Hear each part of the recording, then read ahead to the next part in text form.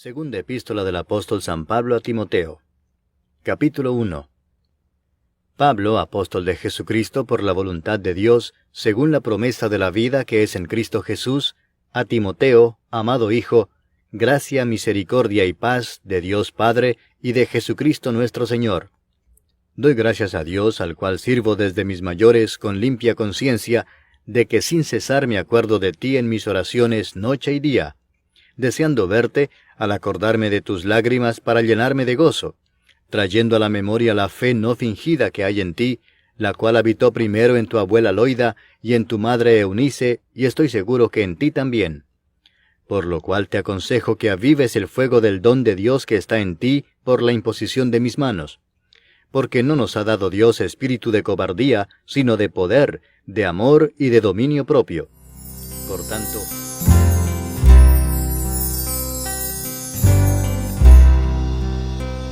he decidido seguir a Cristo.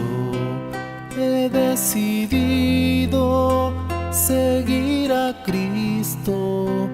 He decidido seguir a Cristo. No vuelvo atrás, no vuelvo atrás. El Rey de Gloria me ha transformado. El Rey de Gloria me ha transformado. El Rey de Gloria me ha transformado. No vuelvo atrás, no vuelvo atrás. La vida vieja ya he dejado. La vida vieja ya he dejado. La vida vieja ya he dejado. No vuelvo atrás, no vuelvo atrás. Ustedes van a ver aquí en estos versículos que son conocidos. Yo sé que muchos de nosotros, o todos nosotros, conocemos algunos versículos, como por ejemplo el versículo 5 es muy conocido, el 7 también es muy conocido, y sé que es una porción que de una u otra forma nosotros hemos leído en nuestro devocional personal, pero mis hermanos, es una porción bastante poderosa, muy gloriosa, y más con el enfoque que el Señor ha puesto en mi corazón, que le demos en esta mañana. Repito el título del mensaje: una fe genuina. Si yo digo una fe genuina, es entonces, se desprende de ahí que hay una fe común, que no es genuina, ¿verdad? O sea, si yo digo una fe genuina, me estoy refiriendo directamente también que entonces hay una fe que no es genuina. Y vamos a ver en esta mañana precisamente una fe genuina, pero también una fe que, como decimos entre comillas, parecería genuina. Y hay una expresión ahí que el apóstol Pablo resalta en Timoteo, que la vamos a ver más adelante. Vamos a orar, amados hermanos, para que sea Dios quien pueda hablar a nuestras vidas en esta mañana. Oremos.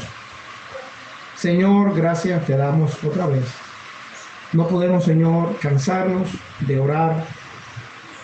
Las veces que sea necesario, Señor, siempre serán buenas, porque cuando oramos estamos demostrando con esto que dependemos de ti. Estamos diciendo, Señor, que no podemos hacer nada solo, que no dependemos de nosotros, que no somos autosuficientes, Señor, y por eso necesitamos orar. Señor, ayúdanos en esta mañana a poder hablar tu palabra, Señor. Tú has puesto cargas en mi corazón y yo espero, Señor, cumplir con aquello que tú has puesto en él. Ayúdame, Señor, a hablar solamente tu palabra. Ayúdame, Señor, a no salirme del esquema que tu Santo Espíritu ha trazado. Y que tu palabra, Señor, sea la que reine en este momento. Todo esto, Señor, te lo quiero pedir y a la vez agradecer también la oportunidad de estar aquí en esta mañana compartiendo con mis hermanos. En el santo y bendito nombre de tu Hijo Jesucristo. Amén. Amén. Bueno, hermanos, vamos a la palabra de Dios de inmediato entonces. La fe es algo, como yo hablaba con alguien, la fe es algo que todo el mundo tiene. ¿Sabían eso? Si hay algo que todo el mundo tiene, es fe. Incluso los ateos tienen fe. Ustedes dirán, ¿cómo? ¿Pero y cómo que un ateo? Porque el ateo no cree en Dios. Pero usted le pregunta a la gente, todo el mundo le va a decir que sí, que tiene fe. Hay gente que tiene fe, hay gente que tiene su esperanza, hay gente que tiene su confianza. Son palabras que tienen que ver con la fe. Por ejemplo, en el dinero. Hay gente que tiene su fe en un político que gane el año que viene, o en un color partidario. Hay gente que tiene su fe, por ejemplo, en las posesiones, en una herencia que va a recibir. Hay gente que tiene su fe en los estudios, en una carrera universitaria. Los ateos tienen fe, repito, lógicamente no en Dios, porque el ateo no cree en ninguna deidad. A veces creemos, Pastor Helio, que el ateo solamente es aquel que dice no creer en el Dios que nosotros sí creemos. Pero un ateo no cree en ninguna divinidad. No cree ni en Alá, o sea, son dioses falsos, pero no cree ni en Alá, no cree en nada, en ningún Dios, en ninguna deidad. Pero el ateo también tiene fe en el ateísmo. El ateo cree firmemente en la inexistencia de Dios. Y eso es tener fe también. Entonces, la fe es algo que todo el mundo puede hablar fácilmente, que puede controlar y que puede manejar.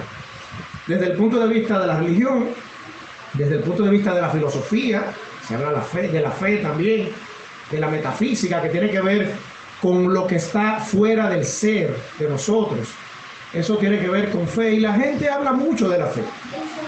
Yo veía a un científico, a mí me gustan mucho los temas que tienen que ver con ciencia y todo eso, y yo veía a un científico cristiano, pero un científico cristiano. La gente cree que un científico no puede ser cristiano, y al contrario, un verdadero científico usa correctamente la Biblia y la ciencia. Y él decía precisamente que la fe tiene que ver con un aspecto científico también. Y todo eso, hermanos, entonces, son temas relacionados a la fe. Cuando nosotros vemos acá, 2 Timoteo, el capítulo 1, los versículos del 1 al 14, para que nosotros entendamos qué estaba sucediendo ahí, les voy a hablar brevemente del contexto histórico del momento. En este momento, amados hermanos, cuando el apóstol Pablo, inspirado por el Espíritu Santo, escribe esta epístola, Pablo no estaba con los pies enganchados mirando televisión, por así decirlo. Pablo estaba preso. De hecho, ya Pablo, en este encarcelamiento, no era la primera vez, pero en este encarcelamiento, ya estando en un calabozo, muchos historiadores cristianos describen el lugar donde Pablo estaba en este momento. Pablo ni siquiera podía ver la luz del sol. Lo más que Pablo podía ver era una antorcha en una de las paredes del calabozo.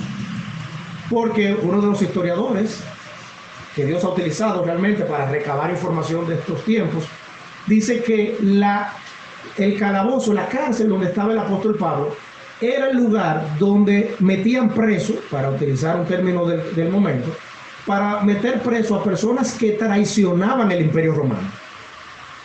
En esa cárcel donde Pablo estaba, también se encarcelaba a personas, a traidores al imperio, a ladrones, pero no cualquier ladrón, sino alguien que le robaba a un funcionario romano. Oigan, ¿dónde estaba Pablo? Podemos decir entonces, hermano Helio, que estaba en una cárcel de máxima seguridad, diciéndolo en nuestro tiempo. Repito, no tenía ventanas, no veía nada. Yo me imagino el calorzazo que hacía ahí. Y también él estaba encadenado a un soldado romano. Leía a uno de los historiadores de contemporáneos en este momento, de que el apóstol Pablo ganó varios soldados romanos para Cristo. Varios se arrepintieron porque al estar Pablo encadenado con uno de ellos, oigan eso, como si Pablo se fuese a escapar, Pablo aprovechaba y le predicaba el evangelio. Y abriendo un paréntesis ahí, fíjense cómo Dios tiene propósito con todo. Aún en el encarcelamiento de Pablo, Pablo predicaba el evangelio. Gloria al Señor por eso, hermano. Hubiese sido quizás uno de nosotros, nos quedábamos llorando, tristes, desconsolados. Pablo utilizó eso para glorificar al Señor.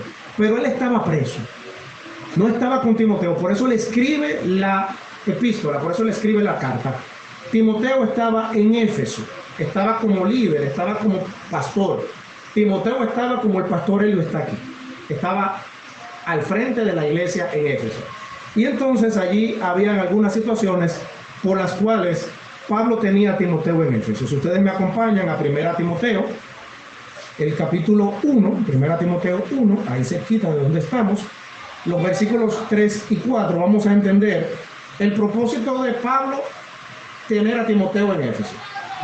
Dice el versículo 3 de 1 Timoteo 1, como te rogué que te quedases en Éfeso cuando fui a Macedonia, para que mandases, oigan cuál era la labor de Timoteo allí en Éfeso, para que mandases a algunos que no enseñen diferente doctrina.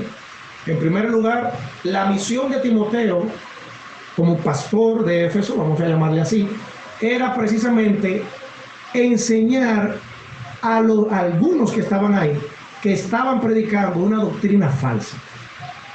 Estaban predicando no el evangelio de Cristo, sino otra cosa. Y Pablo le dice, mira, manda a algunos que no enseñen una doctrina diferente. Pero también en el versículo 4 dice, me presten atención a fábulas, a cuentos, a genealogías, dice aquí, interminables, que acarrean disputas más bien que edificación de Dios, que es por fe.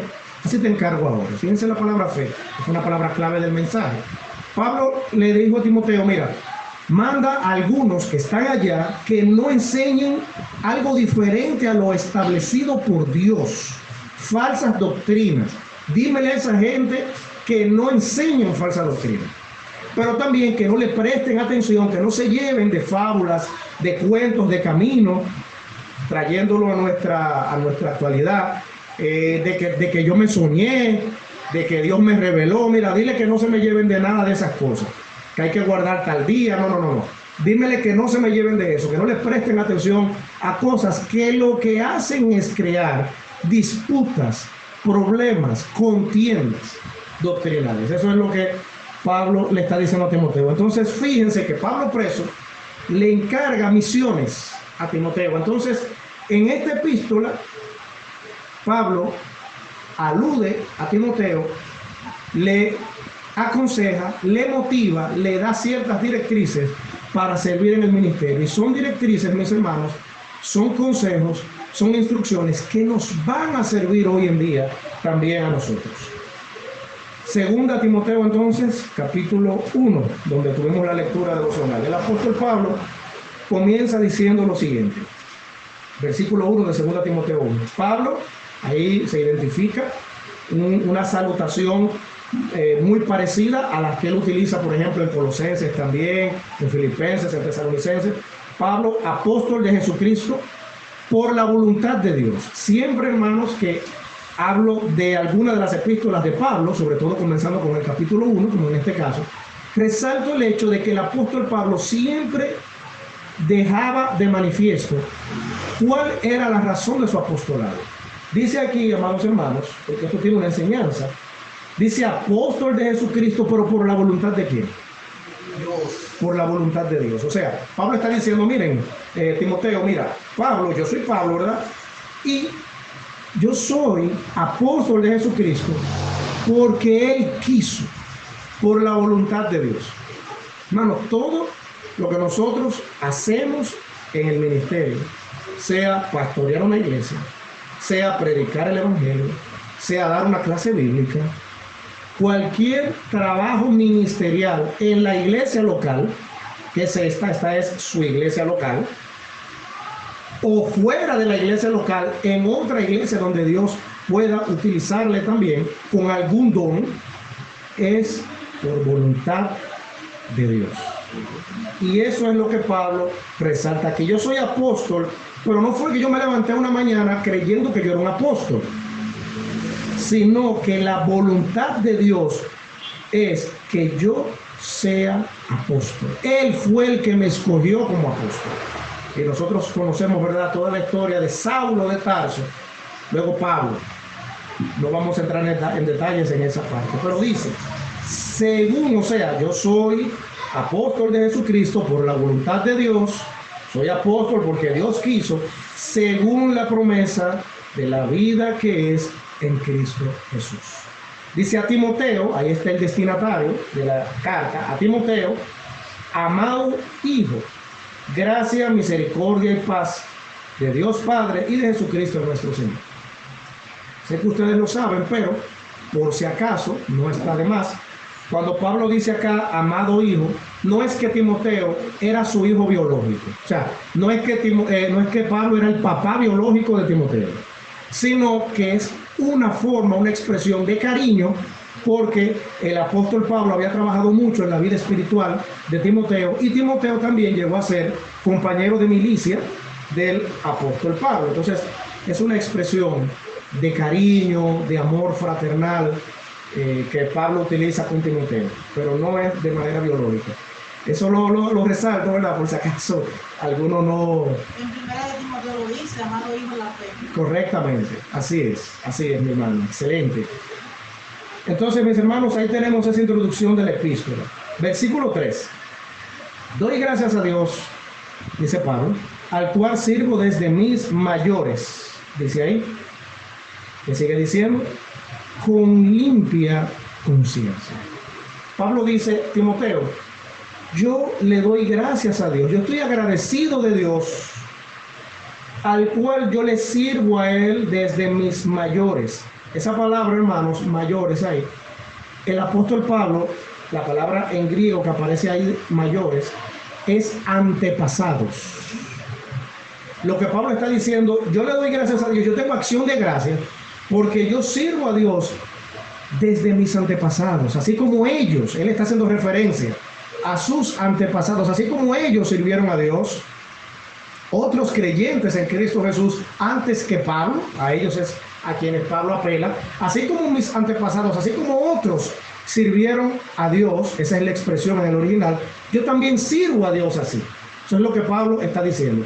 Y miren cómo Pablo dice que servía a Dios. Yo sirvo a Dios, así como mis antepasados sirvieron a Dios también. Yo le sirvo a Él así, le doy gracias a Dios por eso, con limpia conciencia. Pablo dice, yo no tengo una conciencia sucia espiritualmente. Mi conciencia está higiénica espiritualmente. Yo no tengo nada en mi conciencia que me acuse a la hora de yo servir al Señor. Eso está resaltando el apóstol Pablo. Y miren qué sigue diciendo. De que sin cesar me acuerdo de ti en mis oraciones noche y día. El apóstol Pablo le da gracias a Dios por el servicio que Él le ha permitido realizar, pero dice que con una conciencia limpia, sin que su conciencia le acuse, sin nada que Él traiga a la memoria que pueda empañar su servicio a Dios. De hecho, Él estaba preso ahí, pero obviamente sabemos que no era porque Él había cometido algún delito, sino por predicar el Evangelio, precisamente era que Él estaba preso. Sabemos que posteriormente, a la altura del año 67 aproximadamente, 67, 68, en manos del emperador Nerón, Pablo fue decapitado entonces, al tiempecito de escribir esta segunda epístola a Timoteo. Pero, amados hermanos, él decía, mi conciencia está limpia, no estoy falto delante de Dios.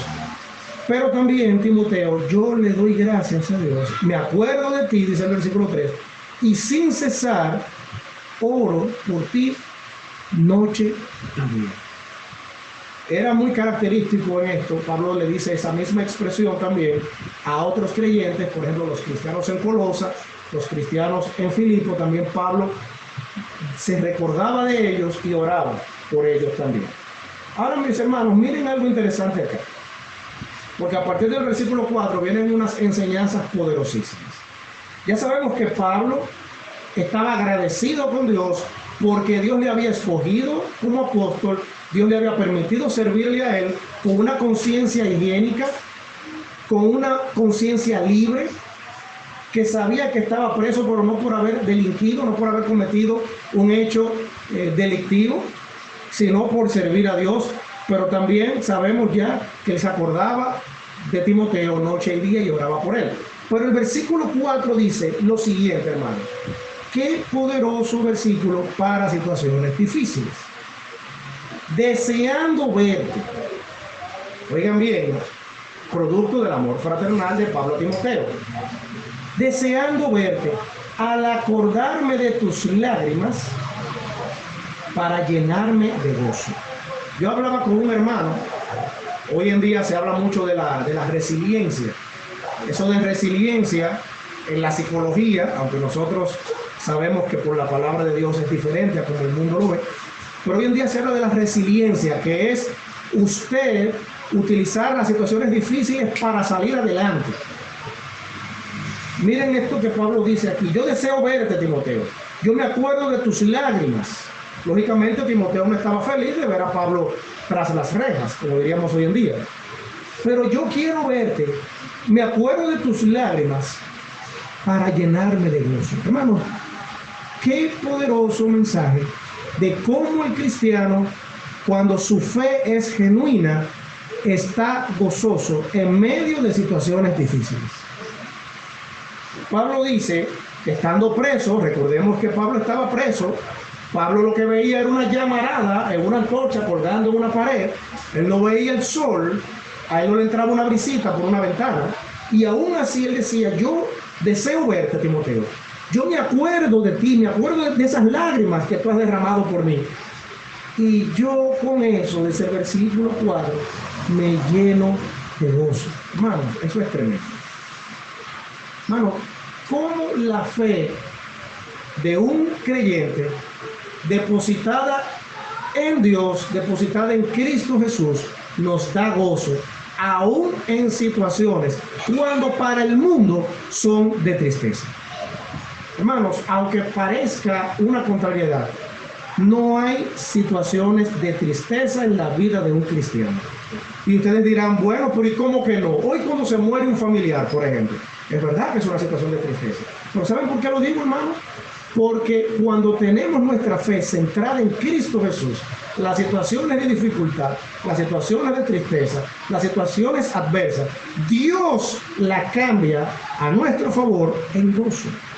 Y es lo que el apóstol Pablo estaba diciendo: yo me lleno de gozo, yo deseo verte, cuando me acuerdo de ti, de tus lágrimas, de tu amor hacia mí, me lleno de gozo.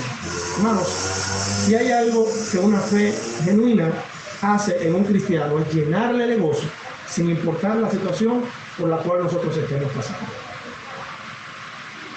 Versículo número 5. Fíjense que Pablo está hablando aquí de un recordatorio. Dice: me acuerdo de tus lágrimas, me lleno de gozo. Versículo 5.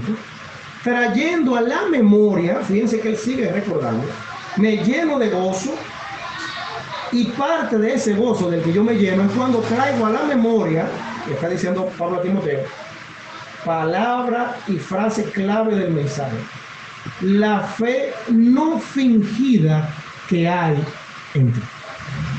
Déjenmelo hasta ahí el versículo. Me lleno de gozo, Timoteo, cuando parte de lo que yo recuerdo de ti es tu fe no fingida, tu fe genuina, tu fe real. Si hay una fe genuina, como preguntaba y me respondieron al principio, si hay una fe genuina, es porque hay una que no es genuina. Si hay una fe no fingida, es porque hay una fe fingida entonces, pero que es una fe identificable.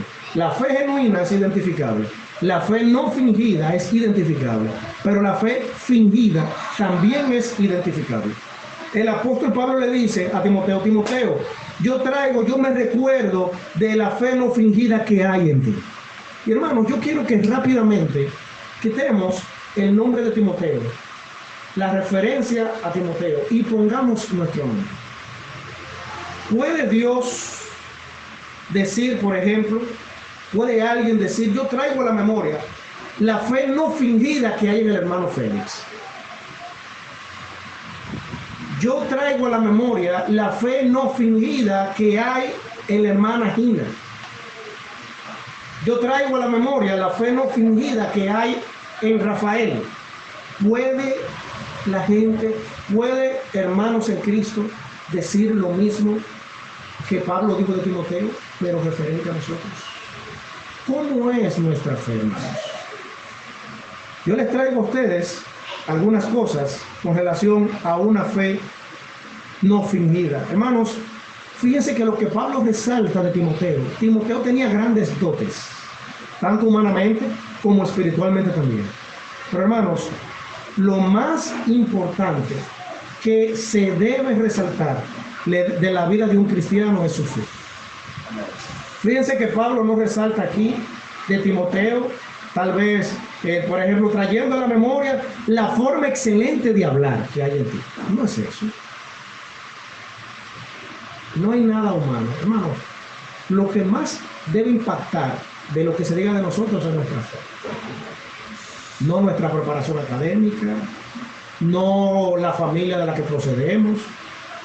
Hermanos, es tu fe y la mía. Si hay algo que este mundo tiene que resaltar, es tu fe y mi fe. Pablo dice la fe no fingida que hay en ti. Y atención acá, mis hermanos. Una fe no fingida se expresa de la siguiente manera. Una fe fingida, voy a expresar y voy a referirme a una fe que se finge. Una fe fingida se evidencia en la manera en cómo nos relacionamos con Dios. Ustedes dirían, bueno, pero eso le pega más a una fe no fingida. Vamos, la forma en cómo nosotros nos relacionamos con Dios dice si nuestra fe la estamos fingiendo. Hay mucha gente que finge. Las iglesias están llenas de gente que fingen, pero que no asisten esporádicamente, que van todos los días a los cultos. Recordemos, y esto lo dijo el mismo Cristo incluso, que en aquel día muchos le dirán, ¿cómo? Pero Señor, pero tú sabes los milagros que yo hice en tu nombre. No me hagas eso, Señor, diciéndolo de esa manera. Señor, pero tú sabes las predicaciones tú sabes los demonios que yo saqué y las veces que yo dije que sembraran. Pero una fe fingida es fácilmente evidenciable en la manera como nos relacionamos con Dios. En la forma en como nosotros vemos a Dios.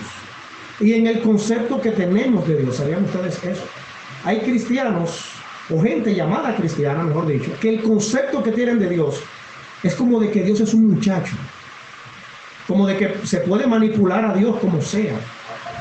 O como que podemos tener una vida como deseemos vivirla. Y no es así, hermanos. Eso es una fe fingida.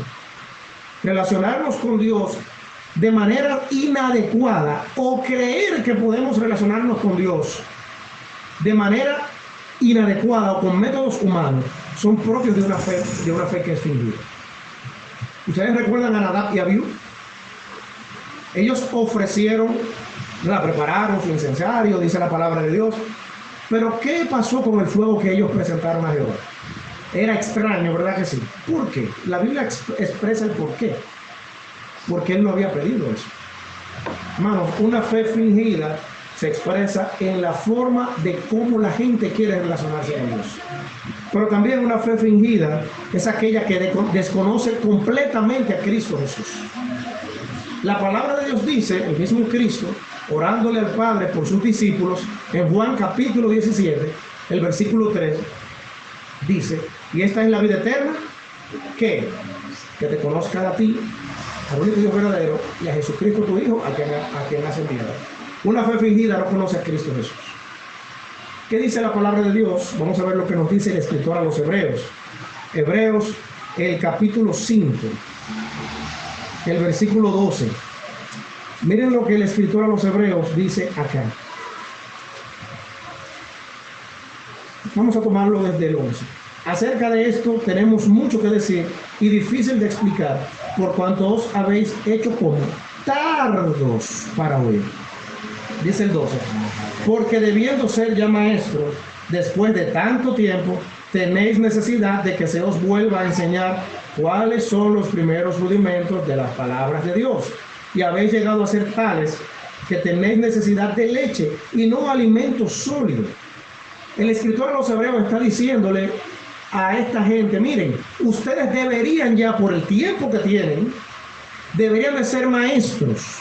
Pero todavía, diciéndolo en buen dominicano, ustedes, en vez de comer plátano, yuca, batata, lo que están comiendo es compota, espiritualmente hablando, ¿verdad? Para que entendamos el concepto.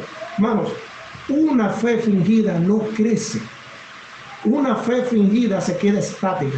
Y el crecimiento en un cristiano se evalúa y se mide no en virtud de los años en una iglesia, sino en virtud del conocimiento de Cristo Jesús.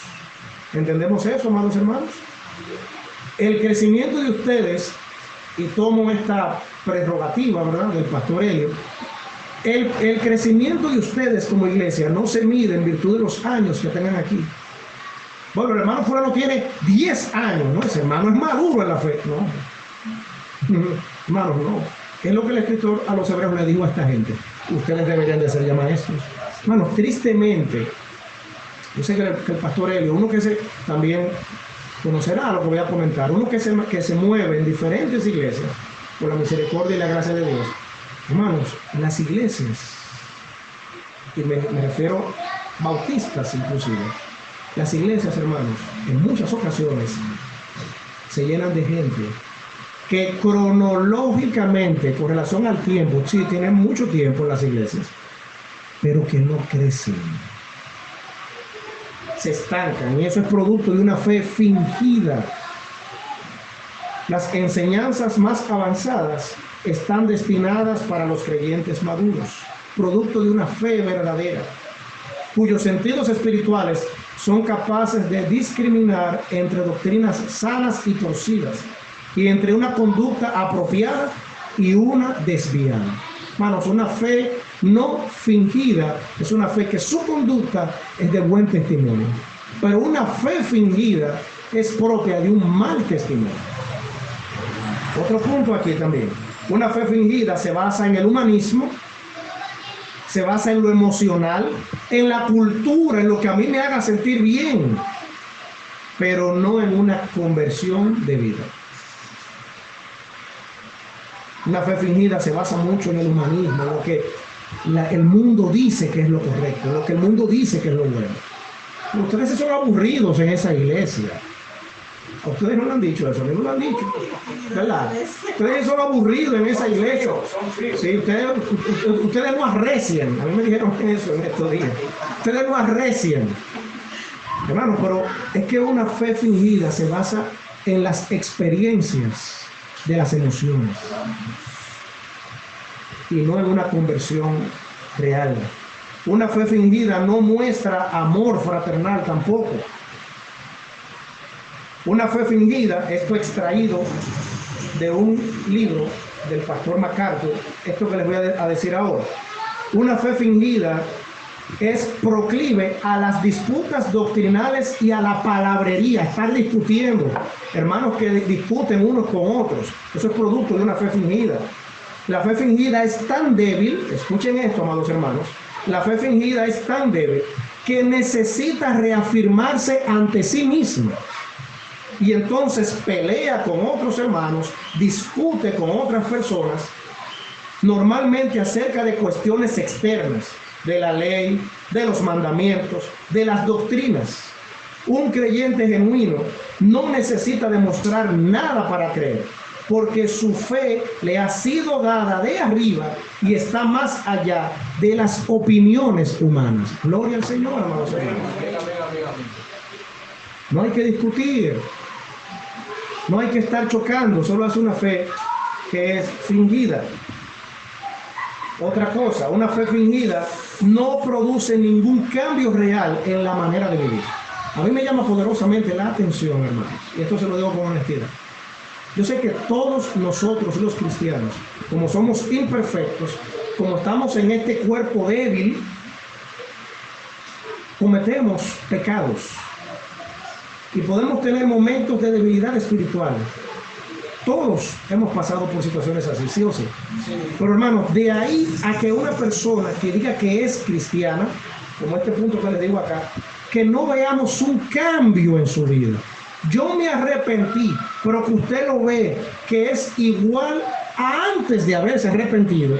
Y años van y años vienen y sigue siendo igual. Y usted no sabe como si está o no está. Hermano, yo le tengo una noticia. ¿Sabe qué es eso? Una fe fingida. Una fe real que ejerce cambio por el Espíritu Santo en la vida de aquel o de aquella que dice que es cristiano, No se quede estática.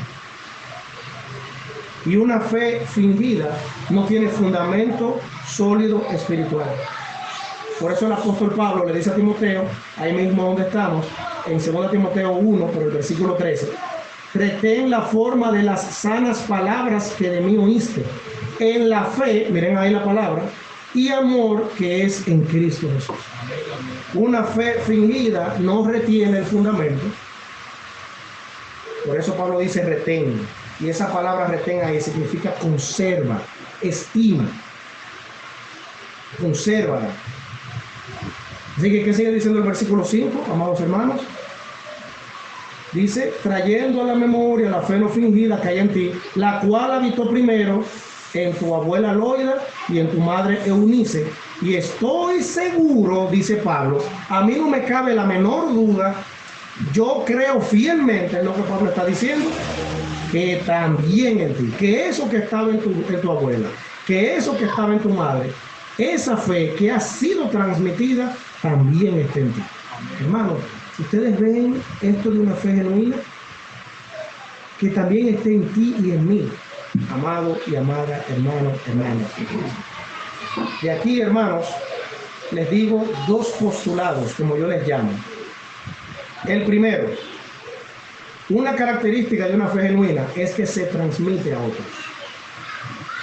Repito, una característica de una fe genuina es que se transmite a otros en hechos, en actitudes y en verdades espirituales en el estilo de vida. ¿Qué Pablo está diciendo con relación a la abuela y a la madre de Timoteo? Que ellas dos, esa fe genuina, se la transmitieron a Timoteo. Ese es el primer postulado mío en esta mañana. Una fe genuina, hermano, se va a transmitir, otros la van a ver. Por eso, hermano, es que donde tú estés, debe ser visible tu verdadera fe. Sea en tu casa, con tu esposo o tu esposa inconverso, sea en el barrio, sea en el trabajo, tiene que transmitirse en hechos, en verdades espirituales, tu fe. Tu fe. Yo les puse un ejemplo, no recuerdo si fue a ustedes, rápidamente, cuando me gradué en la universidad, no recuerdo si fue a ustedes, pero cuando me gradué en la universidad, en el 2009, se graduaron otros también conmigo de otras carreras. Y nunca olvido un joven conocido, algunos de ustedes lo conocen, que también se estaba graduando, pero de otra carrera. Y en una ocasión, cuando estábamos tirándonos la foto ahí, dice, yo le doy gracias a Dios que este día llegó. Y un compañero de estudio de él dijo, pero tú eres cristiano. Sí. Y dice el compañero, pero yo también. ¿Qué? ¿Que tú eres cristiano? Sí. Pero Dios te bendiga. Pero estudiaron casi 4 años juntos.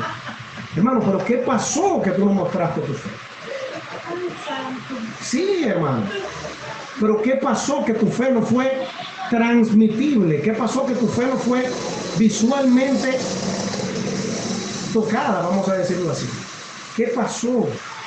Una fe verdadera se va a transmitir, otros la van a ver. Las actitudes van a decir que nuestra fe es genuina o van a decir que nuestra fe es fingida. Versículo 6.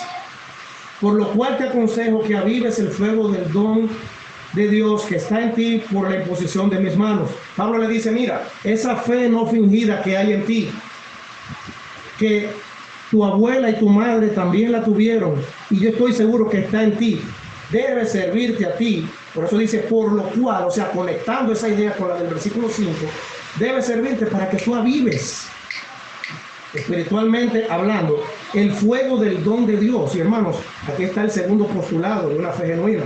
Una fe genuina obra en virtud de los dones espirituales. Pablo le está diciendo a Timoteo, ese don de Dios que está en ti, avívalo, úsalo. Cuando una persona se arrepiente, mínimo, y digo mínimo no poniéndolo pequeño, mínimo Dios le capacita con un don. Mínimo, pero más de uno. Hermanos, ¿saben lo que nosotros tenemos que hacer con nuestros dones espirituales? usarlos. Nuestra fe genuina, nuestra fe no fingida, tiene que movernos a usar nuestros dones espirituales. Y hermanos, ustedes saben cómo una iglesia es edificada, no solamente con la predicación de los pastores o de los predicadores de la iglesia, es cuando cada cristiano pone a disposición de Dios y de la iglesia local sus dones. Ahí la iglesia crece y ahí la iglesia se edifica. Por eso Pablo le dice a Timoteo, yo te aconsejo, esa fe no fingida que hay en ti, que yo estoy seguro que está en ti, ponla, úsala para tus dones espirituales.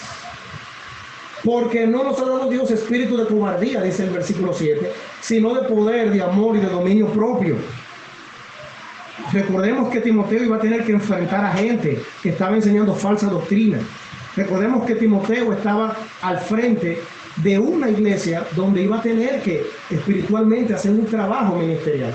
Y Pablo por eso le dice, usa tus dones espirituales. Que esa fe no fingida que hay en ti, otros en la iglesia la puedan ver, y usa tus dones. Y miren ese versículo 7, que nosotros lo conocemos mucho. Dice, porque no nos ha dado Dios espíritu de cobardía. Por eso está en el contexto de los versículos 5 y 6. ¿Cómo, Timoteo, tú vas a usar tus dones? Bueno, no de manera cobarde, no de manera tímida, es lo que significa esa palabra en el original. No con timidez. Una persona que iba a corregir a otros no podía ser tímido. Imagínense ustedes, con miedo de hablar, por ejemplo, y que yo no sé si... No es espíritu de cobardía, sino de poder, de amor y de dominio propio. Y una palabra interesante, hermanos, aunque en español es la misma, pero la que me interesa es la palabra griega que se traduce ahí como poder. Esa palabra que dice ahí, que dice sino de poder, es la misma que aparece en Romanos capítulo 1, versículo 16. Donde Pablo dice, porque no me avergüenzo del evangelio, porque es ¿qué cosa? Poder de Dios. Esa palabra poder es la palabra dunamis. Hay una que es dínamo. Dínamo es poder, pero destructivo, una explosión, por ejemplo. Pero dunamis es un poder, pero creador, maravilloso o milagroso. ¿Usted sabe lo que le está diciendo Pablo a Timoteo? Mira, Timoteo, Dios no nos ha capacitado para ser cobardes, para ser tímidos, sino para hacer maravillas espiritualmente hablando. Gloria al Señor, amados hermanos. Por eso dice de poder, de amor, y amor ahí es ágape, es un amor fraternal, un amor sacrificial, y también de dominio propio. La palabra dominio propio ahí se traduce, hermanos, como disciplina espiritualmente. Pablo está diciendo, Dios te ha capacitado con poder para hacer cosas maravillosas a través de los dones espirituales. Te ha capacitado con un amor para que te entregues a los demás, ese amor ágape, pero también de autodisciplina, de disciplina espiritual. Hermanos, eso es tremendo.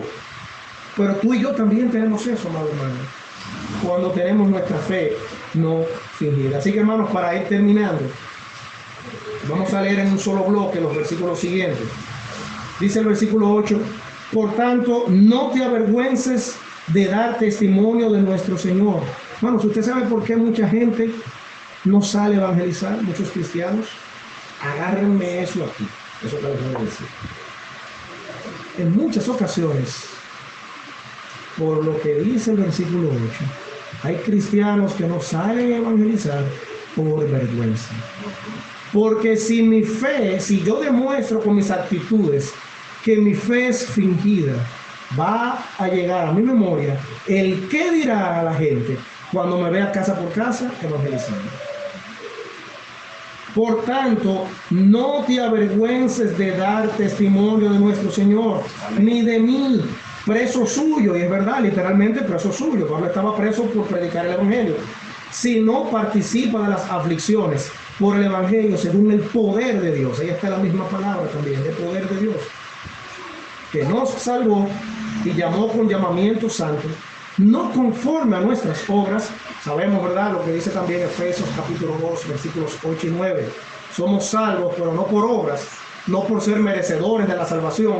En nosotros, hermanos, nunca hubo nada que nos hiciera ser merecedores de la salvación, ¿eh? Es por obra y gracia de Dios.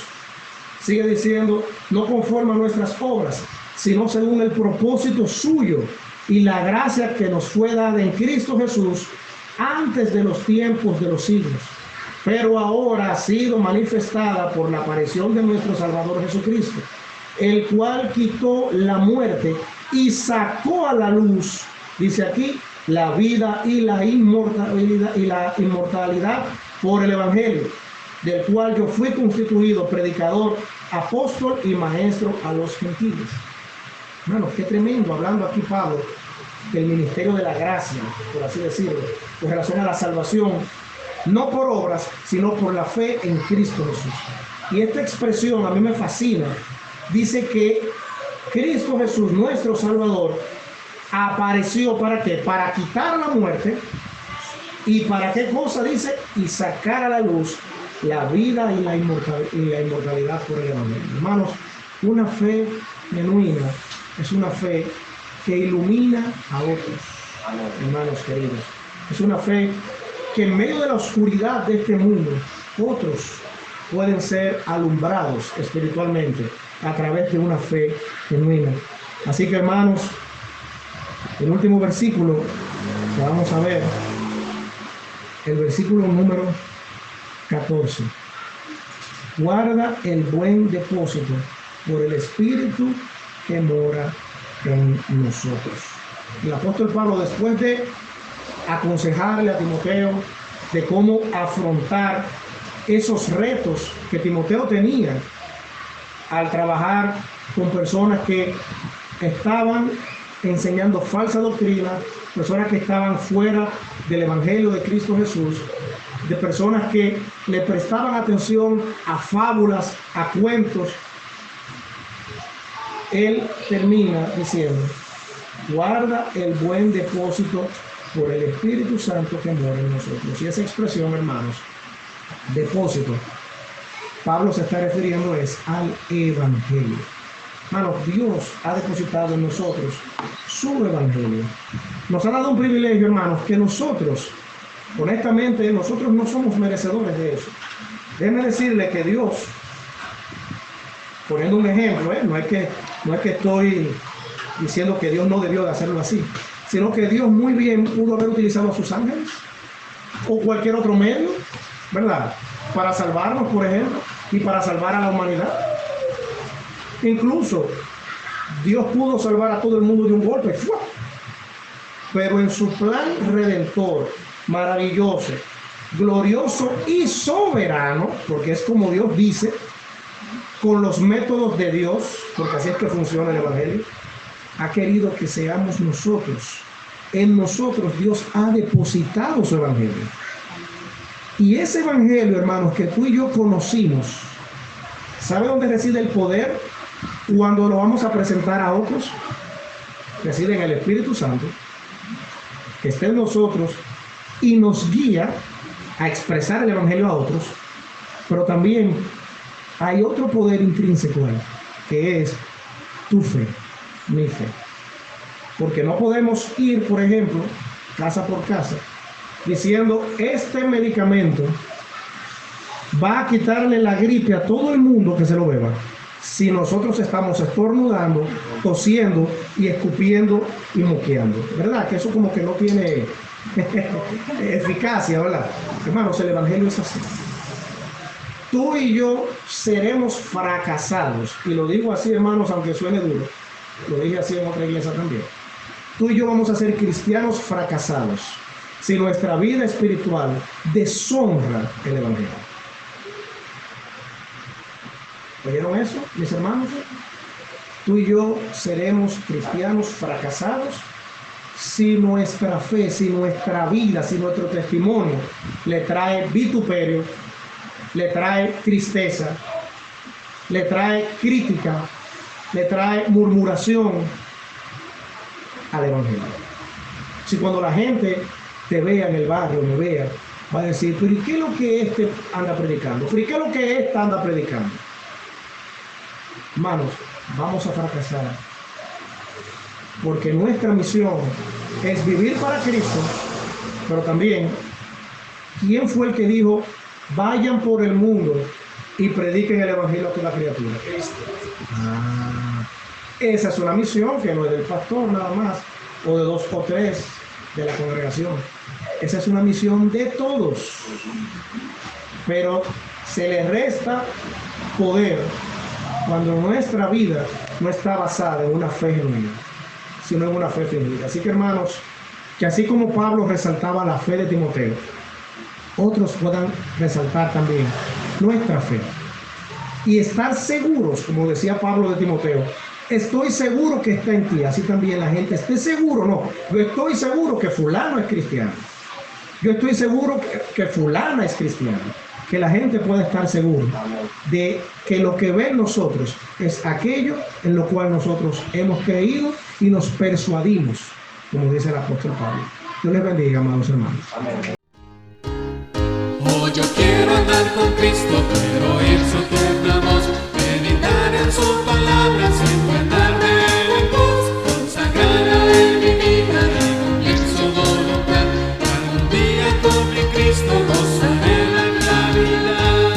Oh, si yo quiero andar con Cristo, oh, si yo quiero vivir con Cristo, oh, si yo quiero morir por Cristo, quiero serle un testigo fiel. Oh, yo quiero andar con Cristo, Él vivió en santidad. En la Biblia yo lo leo y yo sé que es la verdad. Cristo era santo y todo, el Cordero de la cruz, y yo anhelo